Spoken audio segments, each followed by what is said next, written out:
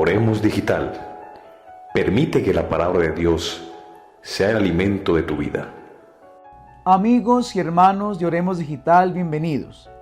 Y hoy estamos a domingo 23 de octubre, 30ª semana del tiempo ordinario, segunda semana del Salterio, color litúrgico verde. Hoy celebramos la Jornada Mundial de las Misiones.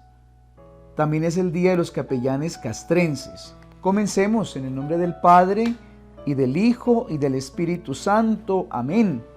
Bueno, elevemos en este día nuestra oración a Dios, pidiendo por todas las necesidades del mundo. De manera especial quiero orar por aquellos hermanos y hermanas a quienes se les ha detectado alguna enfermedad, para que el Señor con su mano poderosa los sane, para que también puedan unir su dolor, su enfermedad, sus angustias, su tristeza en la cruz del Señor, y que sepan abrazar con amor esta situación que el Señor les ha permitido, que yo sé que son para efectos de su santidad. Bueno, mis queridos hermanos y hermanas, vamos con la palabra. Lectura del libro del Eclesiástico, capítulo 35, versículos del 12 al 14 y del 16 al 19a. El Señor es juez.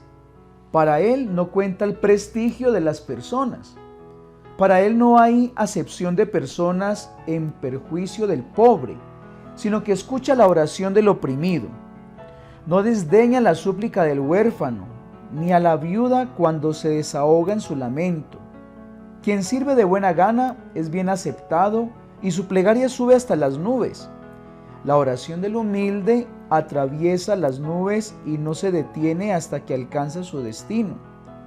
No desiste hasta que el Altísimo lo atiende, juzga a los justos y les hace justicia. El Señor no tardará. Palabra de Dios, te alabamos, Señor. Salmo 34. El afligido invocó al Señor y Él lo escuchó. Bendigo al Señor en todo momento, su alabanza está siempre en mi boca. Mi alma se gloría en el Señor, que los humildes lo escuchen y se alegren. El Señor se enfrenta a los malhechores para borrar de la tierra su memoria. Cuando uno grita, el Señor lo escucha y lo libra de sus angustias. El Señor está cerca de los atribulados, salva a los abatidos. El Señor redime a sus siervos, no será castigado quien se acoge a Él. El afligido invocó al Señor y Él lo escuchó. Lectura de la primera carta del apóstol San Pablo a Timoteo, capítulo 4, versículos del 6 al 8 y del 16 al 18. Querido hermano, yo estoy a punto de ser derramado en libación y el momento de mi partida es inminente. He combatido el noble combate, he acabado la carrera, he conservado la fe. Por lo demás, me está reservada la corona de la justicia que el Señor, juez justo, me dará en aquel día. Y no solo a mí, sino también a todos los que hayan aguardado con amor su manifestación. En mi primera defensa, nadie estuvo a mi lado, sino que todos me abandonaron. No les sea tenido en cuenta. Mas el Señor estuvo a mi lado y me dio fuerzas para que a través de mí se proclamara plenamente el mensaje y lo oyeran todas las naciones. Y fui librado de la boca del león. El Señor me librará de toda obra mala y me salvará llevándome a su reino celestial. A Él la gloria por los siglos de los siglos. Amén. Palabra de Dios, te alabamos, Señor. Lectura del Santo Evangelio según San Lucas, capítulo 18, versículos del 9 al 14. En aquel tiempo, Jesús dijo esta parábola a algunos que confiaban en sí mismos por considerarse justos y despreciaban a los demás. 2 hombres subieron al templo a orar.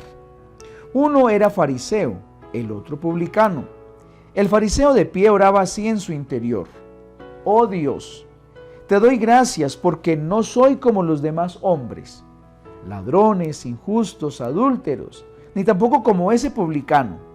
ayuno 2 veces por semana y pago el diezmo de todo lo que tengo. El publicano, en cambio, quedándose atrás, no se atrevía ni a levantar los ojos al cielo, sino que se golpeaba el pecho diciendo: «Oh Dios, ten compasión de este pecador». Les digo que éste bajó a su casa justificado y aquel otro no, porque todo el que se enaltece será humillado, y el que se humilla será enaltecido. Palabra del Señor, gloria a ti, Señor Jesús.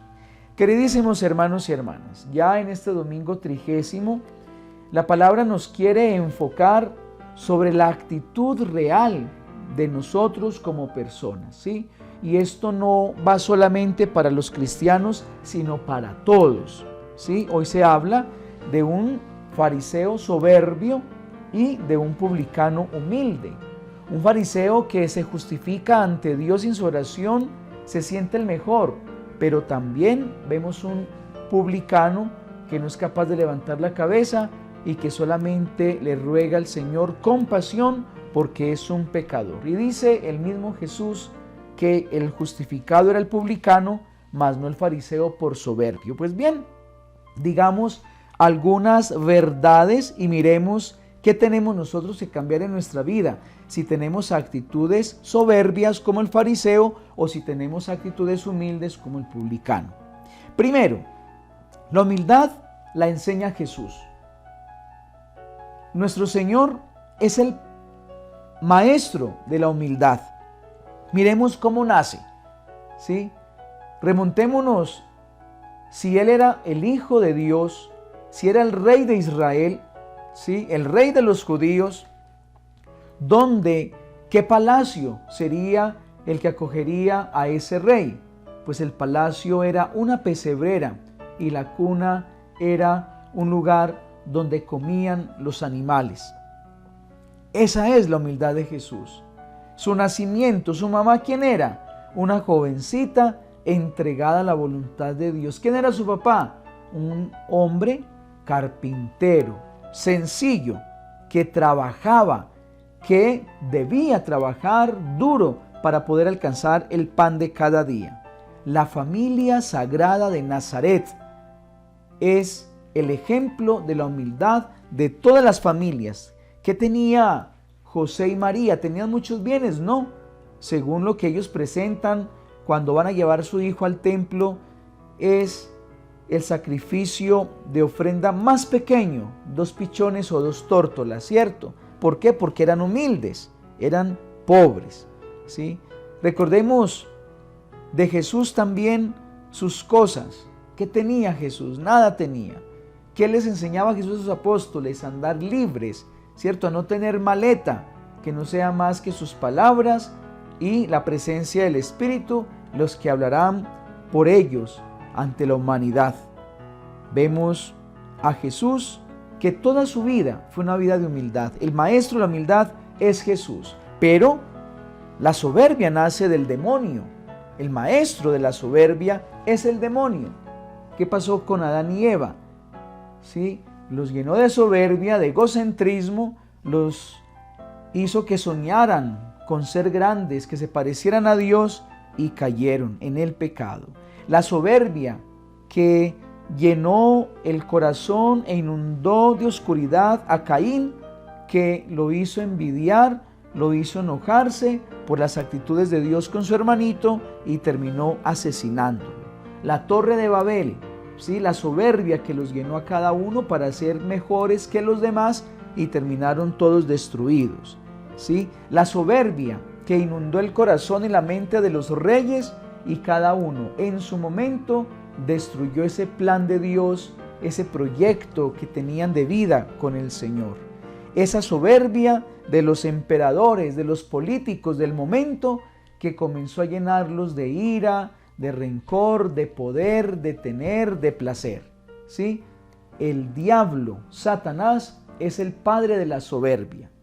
Segundo, la vida es la universidad de la humildad. Nuestra vida es la universidad de la humildad. Comenzamos diciendo que la infancia y la juventud nos enseña a tener una humildad para aprender, ¿sí? Si el niño, la niña se vuelven soberbios, no son capaces de aprender. Cuando en un niño hay humildad, entonces se va a dejar reprender, se va a dejar enseñar, se va a dejar formar, ¿sí? Eso es humildad. Humildad para recibir, ¿sí? Para recibir lo que ofrecen los padres, lo que ofrecen los abuelos, lo que ofrece la escuela, lo que ofrece la iglesia, ¿sí? Hoy hay mucho niño orgulloso que no presta atención, que es desobediente, que es orgulloso, que es rebelde, que no asiste a los actos de fe, que quiere ser grande, y eso no es humildad, eso es soberbia, mis queridos hermanos. La humildad también para construir. Cuando ya uno está joven, cuando ya hay una adultez, entonces uno comienza a percibir esa humildad para construir. ¿Construir qué? Construir amor, construir un trabajo, construir bienes materiales, construir familia, construir lo que el Señor le va a regalar durante la vida. También debemos tener una etapa para recibir esa humildad y así reconocer lo que yo soy capaz y lo que yo no soy capaz. Uno tiene que tener, mis queridos hermanos, humildad para reconocer en qué es bueno y en qué no es bueno, hasta dónde puede llegar uno.